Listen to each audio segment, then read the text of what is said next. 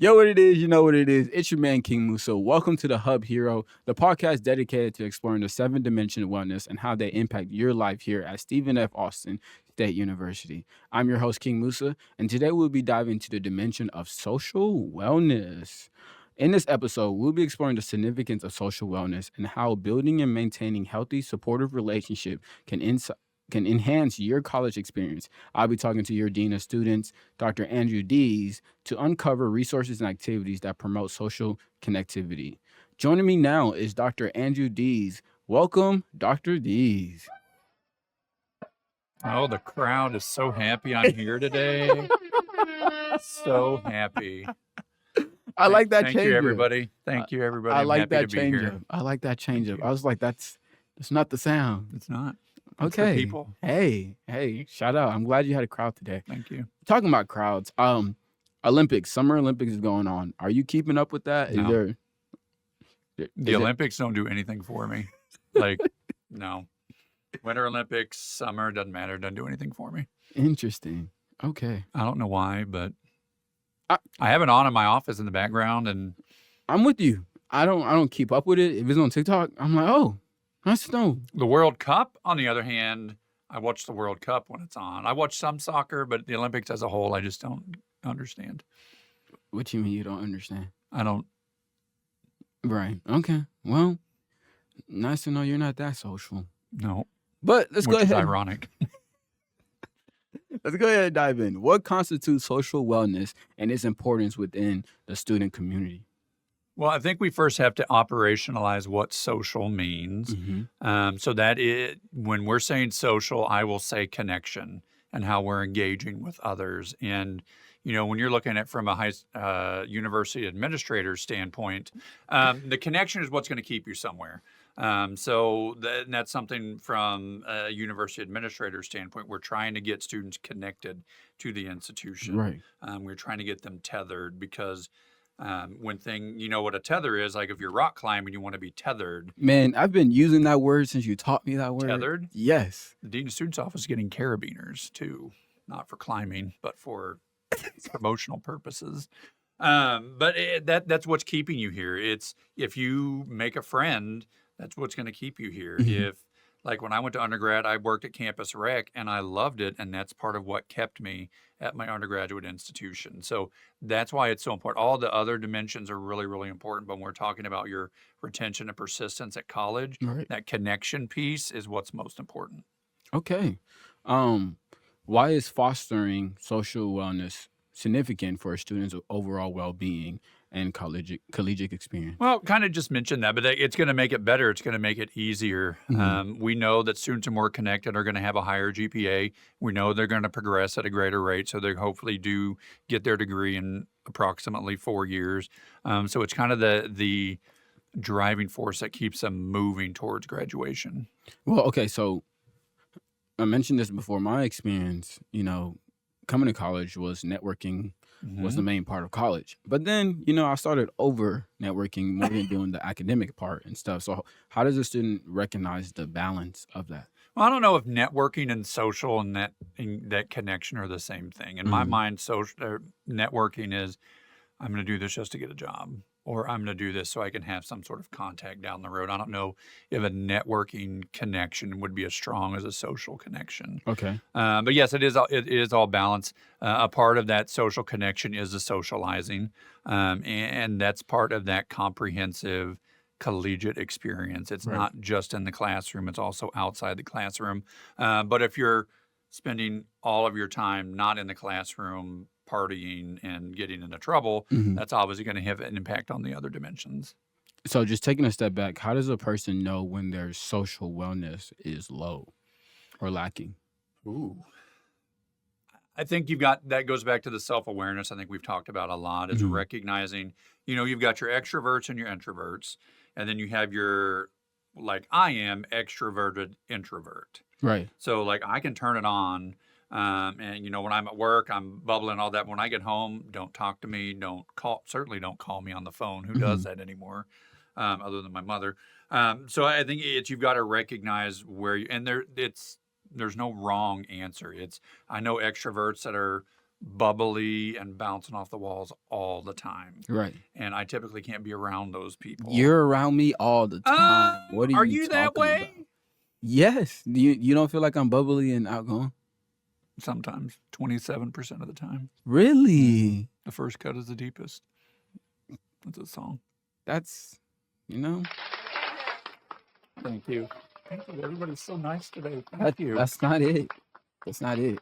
I feel like I'm just bubbly Well, up around. and that's how I was younger on in my years. Like I could Right. go be around people nonstop. And I think it's just, and again, there's no right or wrong answer. Like Right.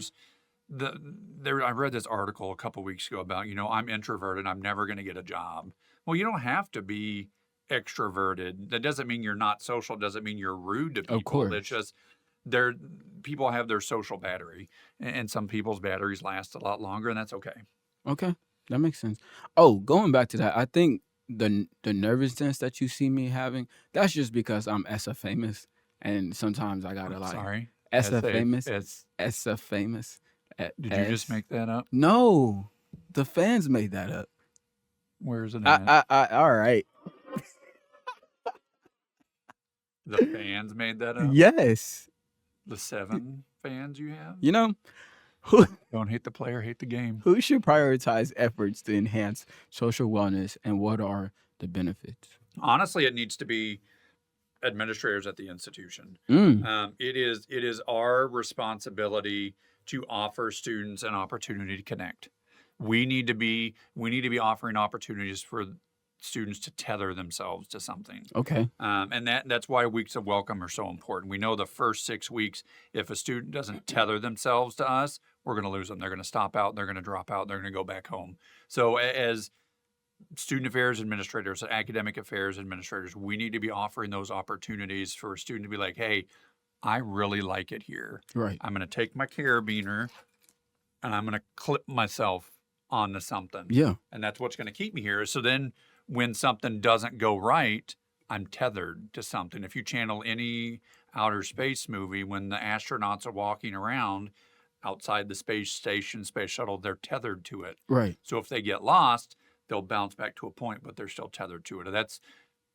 It's a perfect representation of what we're talking about. As an administrator in student affairs and as the dean of students, it is my job to offer those opportunities. I can't make you tether yourself to Right. anything because that's not my job. And if you don't want it, it's going to be false.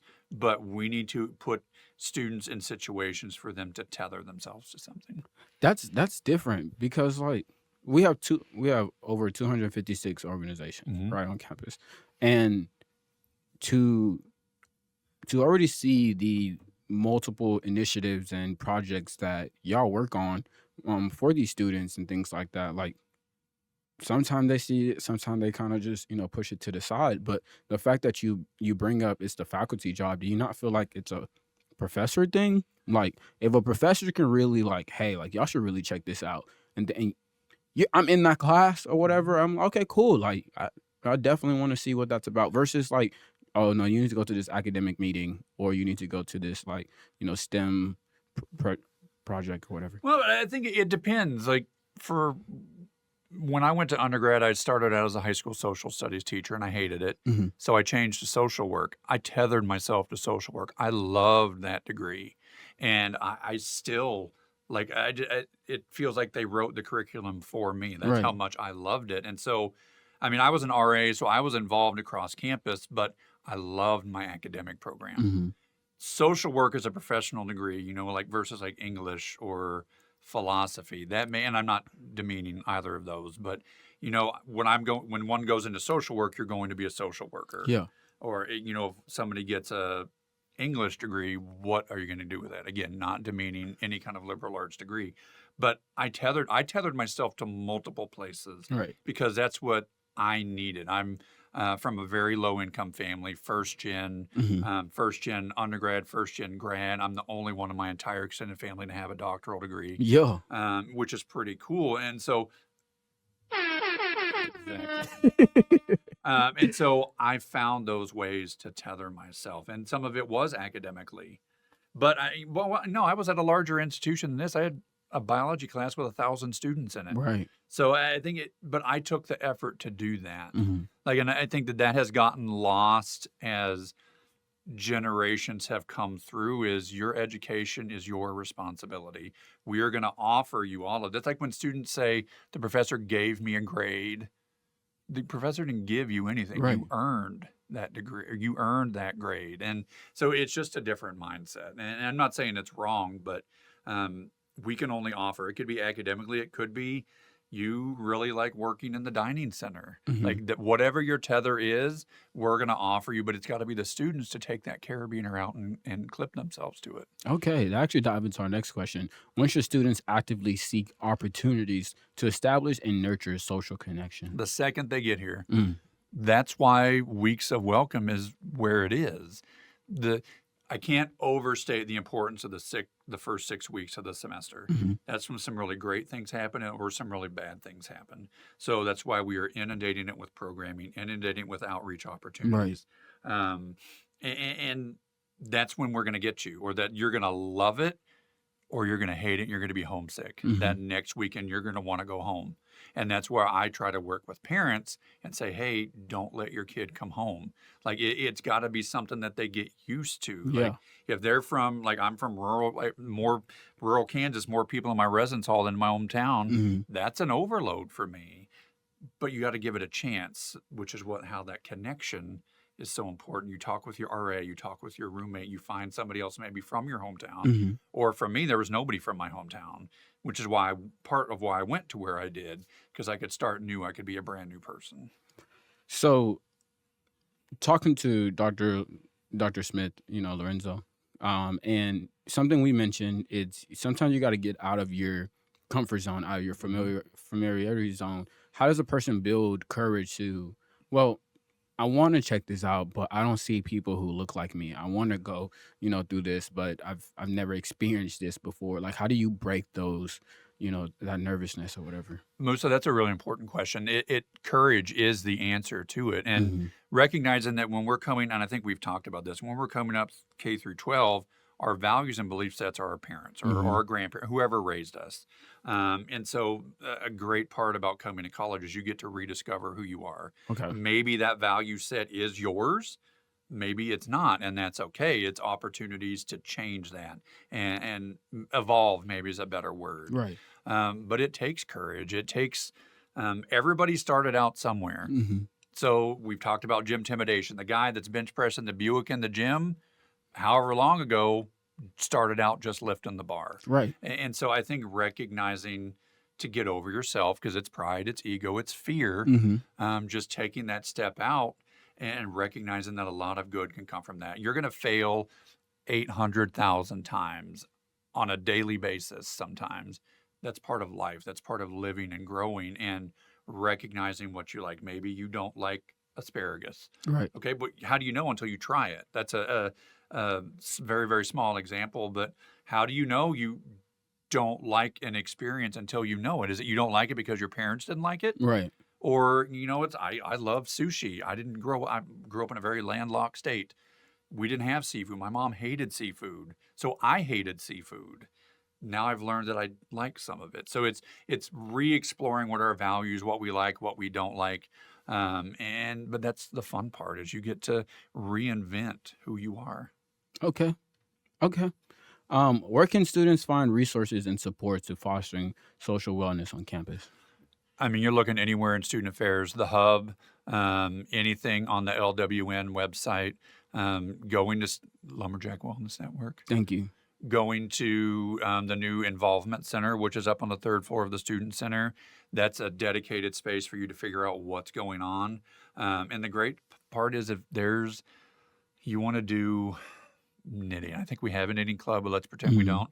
You want to start a knitting club, go find 4 or 5 other people that want to do it, and you can start the club. And a faculty advisor. And a faculty advisor, and that Right. gets you access to money. And so there's that connection. You built an organization, getting involved in SGA. Mhm. If you were involved in student council in high school, getting involved in SGA. But it's anywhere in student affairs, anywhere on the academic side of the house. Like we're sitting in the radio station right now. Maybe Yeah. maybe it's something you want to try. Go try it. There's a TV station right down the hallway. Right. Maybe you've always wanted to do that.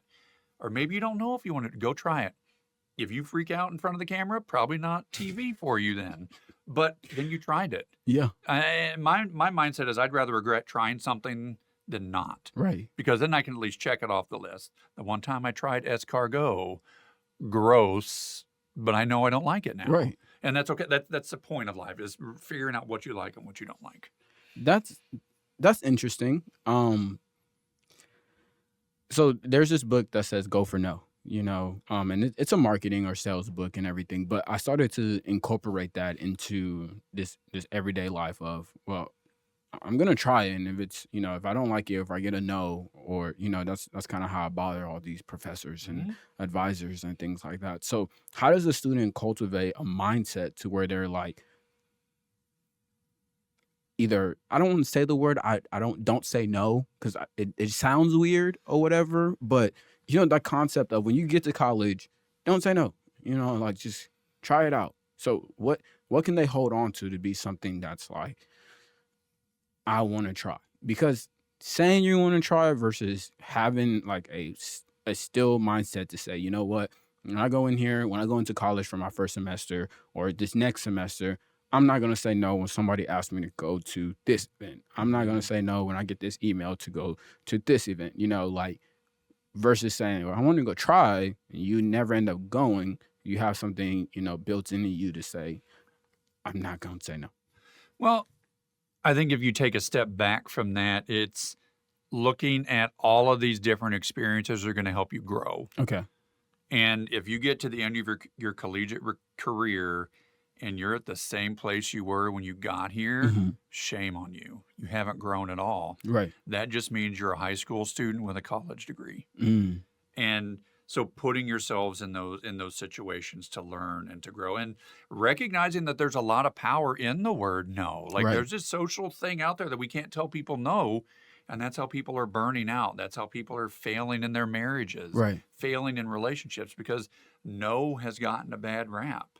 And it's recognizing boundaries, and more importantly, setting boundaries is an important thing. Mhm. But also, like, let yourself make mistakes, screw up. Like, take physics in undergrad and fail like I did, because then I learned I don't like physics. Right. And failure isn't a bad thing. If you keep doing the same thing over, like if I kept taking physics, You just that's insane. a different Yeah. conversation.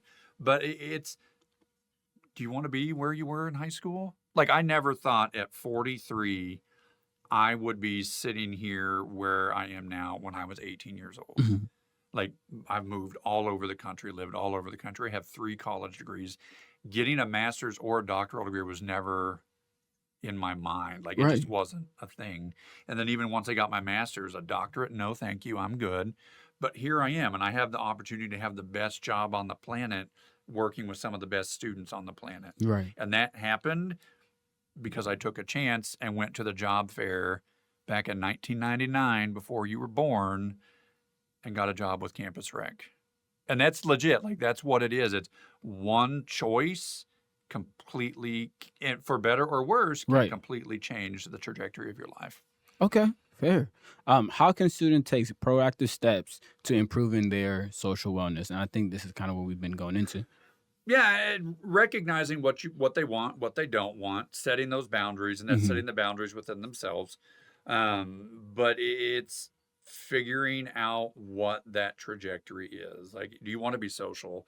Do you not want to be social? If you're coming here and hanging out with your friends from high school, then you're just taking another round of high school. Right. But it goes back to everything we've talked about, is where do you want your journey to go? Maybe you don't know specifically here, but I'm going to go in that direction. Right. So, okay, wait. Let's take a little step back, because there are some students who come to campus and they have the pressure of, I gotta focus on my academics. I gotta focus on my academics. I gotta keep up with my grades. I gotta keep up with my grades. I gotta Mhm. be in the library. I gotta be in the library. Like, Mhm. they have this hardcore set of, it's all about academics. It's all about their intellectual wellness. How do they break from that? How do you free yourself from that? That's really hard. If it's that ingrained, that's really hard to break. But Mhm. that's not what the collegiate experience is. And granted, I don't work on the academic side of the house. Right. I work on the outside of the academic side of the house. But, 10 years from now, are you going to regret doing that? Or 10 years from now, is that going to be that important to Mm-hmm. you? Is your GPA that you got getting your biology degree? Biology, you're probably going into med school. Like for me, I got a 3.0 in undergrad. Mm-hmm. Okay. Your GPA is not printed on your diploma. I got a 3.7 in masters, a 3.9 in they're not printed on there. Right. So it's what experience do you want? And if that's the experience you want, there's absolutely nothing wrong with that. But if that's the experience you're getting because you're scared to try something else, or you're scared that, oh, if I go to that party, I may not get a 4.0, then that's a conversation you got to have with yourself. That's Right. where you assess your value set to see what is most important to you. Is it getting that broad swath of a collegiate experience, Mm-hmm. or is it just academics? If it's just academics, that's cool. It's your life. You do what you want. Mm-hmm. But 20 years from now, where you're going to wake up and be like, wow, I wish I would have joined that fraternity. I wish I would have joined that sorority. I wish I would have joined the band. That's something like, I don't want to live my life with regrets. And this is my mindset. And Right. it works for me. Right. So I want to be like, yeah, I could have done that. Well, then just go do it. Like if it's not going to have life-altering consequences, then go try it. That's fair. That's fair. Do you have any more advice you have for social wellness for students? Semester's about to start. Well, and one thing that just popped in my head as I was finishing that sentence is it's okay to not know, Mhm. and it's okay to make mistakes. So when we're looking at an emotional wellness, when that starts to get impacted is when students come to college and they get their first B, Right. because then it's the end of the world and you're not going to have that 4.0. And so that's where you've got to take a step back and put things in perspective, that a B is not the end of the world. Could it have impacts on law school? Maybe. Med school? Maybe. Right. But I think it's with all of this, with the social piece, everything in moderation, but we also have to keep it in perspective. Like Yeah. life in this, I tell students this all the time, and you've heard me say it to you.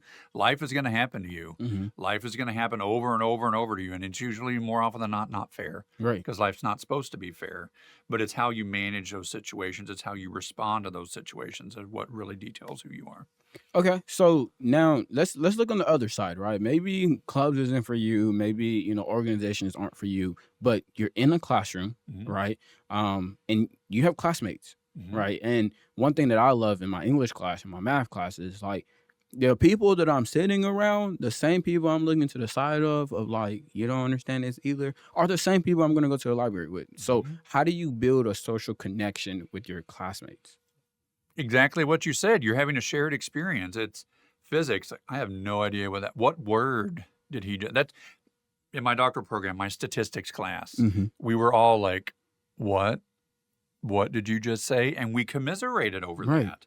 That's a bond right there. It's, hey, I don't really understand what he said, but let's go to the ARC and let's figure it out together. Let's go to the library Mm-hmm. and figure it out together. And that's, some people call it trauma bonding. But, when you're all going, that's why the cohort experience is so important, Right. is you're going through all of this together. And maybe you're really good at math, so you can help me, but maybe you're horrible at writing an essay, but I'm amazing at it. Mm-hmm. We can connect like that and we can support each other through it. That's why that cohort is so important. So I guess the next feature that I need to know about is roommates.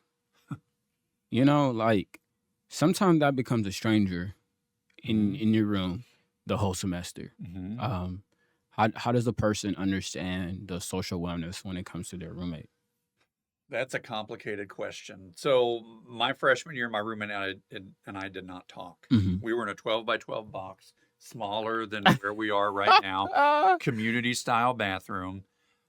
I'm from an incredibly poor family. He's from an incredibly rich family. He would call his mom and say, hey, can I have $1,000? My mom would laugh in my face Right. if I had done that. Right. We had nothing in common.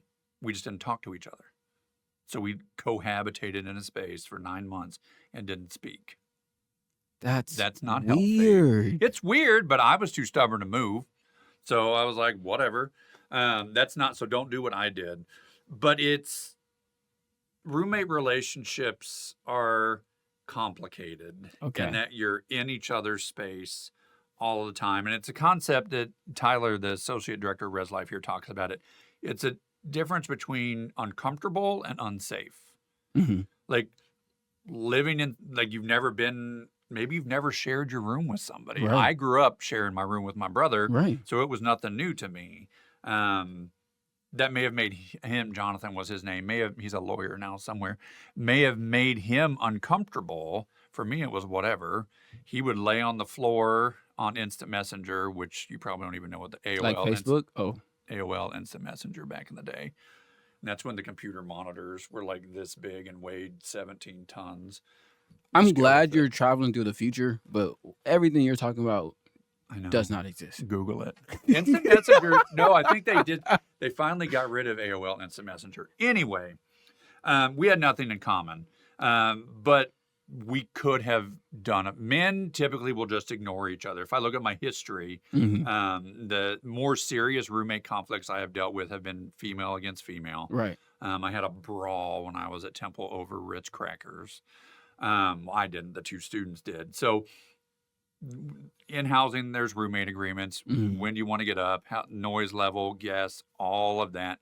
Those are important questions to answer, because if you're a night owl and stay up till 4 o'clock in the morning, you and I are not going to live well together, because I go to bed earlier, but I also get up earlier. So it's just figuring, and there's nothing wrong with any of it, but we've also got to be able to communicate. Right. And not, I'm going to text you from my phone when you're 3 feet away from me, communicate. That's not adult communication, because that's conflict. Conflict is going to exist everywhere. Right. You're going to get into the workforce, and there's going to be a lot of conflict. You're going to have conflict with your boss, with a subordinate, and so you just got to be able to manage through that. But that's why having these experiences now is so important, because we can help you navigate through that. We can mediate conversations. That's why that residential experience is so key. Okay, that makes sense. I mean, personally for me, if I know I'm living with somebody, it's my job to get to know you. I guess I'm just a super social person and things like that. But the first day, I was like, okay, cool. I'm gonna grab you a hat or a shirt or a sweater or something. Just that exchange. Then it was like, all right, you want to go to dinner? Like let's go to Bottle Caps or something else like that. To just go easy, just get to know, just to spend time, instead of just this a person is cool. It's coexisting. Of course, your schedule is going to be different. You're coming in, the other person exiting. You can't control that, right? But there's still that element of I need to know what you do. Like if you're a gamer, cool. Then I know like your headphones are on, so I'm not expecting you to hear me when I'm in here or things like that. Or if I know you're studying or your studying habits, things like that. So how do you start to have those proper communication? Because if you're just filling out that paper and you're like, yeah, I don't care about 10 o'clock or whatever else like that after late, but then your version of 10 o'clock is, hey, this is my time to study. And my version of 10 o'clock is, this is my time to edit. So now I'm using, the speakers and everything else like that. We're not truly coexisting the way we thought we was coexisting. Correct. And it was on paper when you did everything at first. That's why the communication is so important. And setting those boundaries, but then being able to adjust. Like, do I need to have complete silence to study? Maybe, but maybe not. But also to your initial question is, ideally, everybody should do what you did. Hey, let's go to supper. Let's go to lunch. Let's go to the football game. Relationships have to happen naturally, organically. If you force a relationship, it's false, and it's likely not going to sustain. Right. There are some people I know that they were roommates their freshman year, and they're still best friends. Right. I'm friends with some folks that I was on my floor my freshman year on Facebook. We haven't talked in 100 years. So you've got to let the relationship be what it's going to be. It can't be I'm just going to go with the flow. That's an irritating response, because the flow is coming from somewhere. And so if you're on this boat, the boat's moving because of the current in the river or wherever we're at. So somebody is driving that. Maybe you don't want that relationship. Well, then don't force it, but just let it happen naturally. Have those conversations, and then if it's going to grow, it's going to grow. If it's not, it's not. So this next part, we'll probably go into a little bit more in our next episode, but I'm the social person like around campus. It irritates me if I'm walking and I see you and you put your head down. Couldn't wave, you couldn't say hey, you couldn't speak. Like that's just awkward to me. Now, of course, I'm from a big city. I'm from Houston, things like that. Like I guess that's just our mannerism and things like that. But when it comes to moving around campus and things like that, does social wellness matter in that aspect? I think it's a cultural thing. Okay. Because I mean, you kind of mentioned it. Like in my hometown, everybody says hi to everybody. Hmm. When I lived in Georgia, everybody said hi to everybody. When I lived in Philly, you didn't speak. And which is why I loved living in Philly, because when I'm out walking, I'm on a different planet. I'm not even paying attention to you could walk up to me and I wouldn't even see you. And that's how I am now. Like I'm completely spaced out thinking about other stuff. Hmm. And so I may not even see you. I may be looking right at you, but I'm not seeing you. So Right. I think that's a cultural piece. Okay. I never walk with my head down, but I think there's a lot of things behind that. I don't think it's people being dodgy. There are cultural things Hmm. where in some cultures it's disrespectful to look you in the eye. It's seen as a confrontational piece. There's gender dynamics that go on there. But I think it's also just kind of how you were raised and where you're at. Right. Like even like I was in Philly 6 months ago, and I loved if I just put my headphones in, boom, don't talk to me. And I loved every second. Well, I can understand headphones, but is there?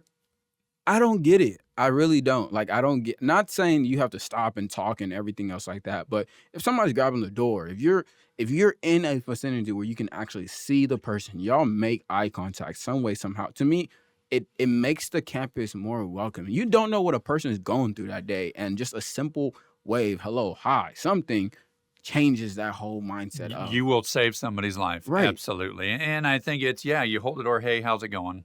Like, hey, how are you? Hope you're having a good day. Hey, Hmm. what's up? Absolutely. Because, and certainly when we're in the residence halls, and all of my experience says that you saying hey to that one person could stop them from doing something maybe that they didn't want to do. Right. So, I mean, I think that's the exception rather than the rule. I think for the most part, people are just in their own spaces when they're out walking around. That makes sense. That makes I sense. know I love it when you see me coming from across campus, you Yeah. start hollering. That makes me smile. If I didn't know you, it would creep me out a little bit. But Right. since, we know each other. Well, it's their job to get to know me. Well, I'm still gonna get to know you. It doesn't bother Correct. me. I'm gonna go out my way to figure out who you are Correct. for the first part. For the first part. But thank you, Dr. Dees, for sharing your insight on social wellness and how students can build meaningful connections. Before we go, what is our next topic? Environmental. Since we kind of already talked about it a little bit. Okay, I thought that was part of. I thought that was part of it, but we'll dive into environmental wellness coming up next. That wraps up today's episode of the Hub Hero. Remember, social wellness is the key to fulfilling the college experience. You only go to college once. The experience is what you make. Get involved and take advantage of your resources available to you here at SFA. Subscribe to our podcast for more insight to the various dimensions of wellness and your weekly wellness guide. Connect with us on social media to share your experience and thoughts. Until next time, keep building those connections and thriving.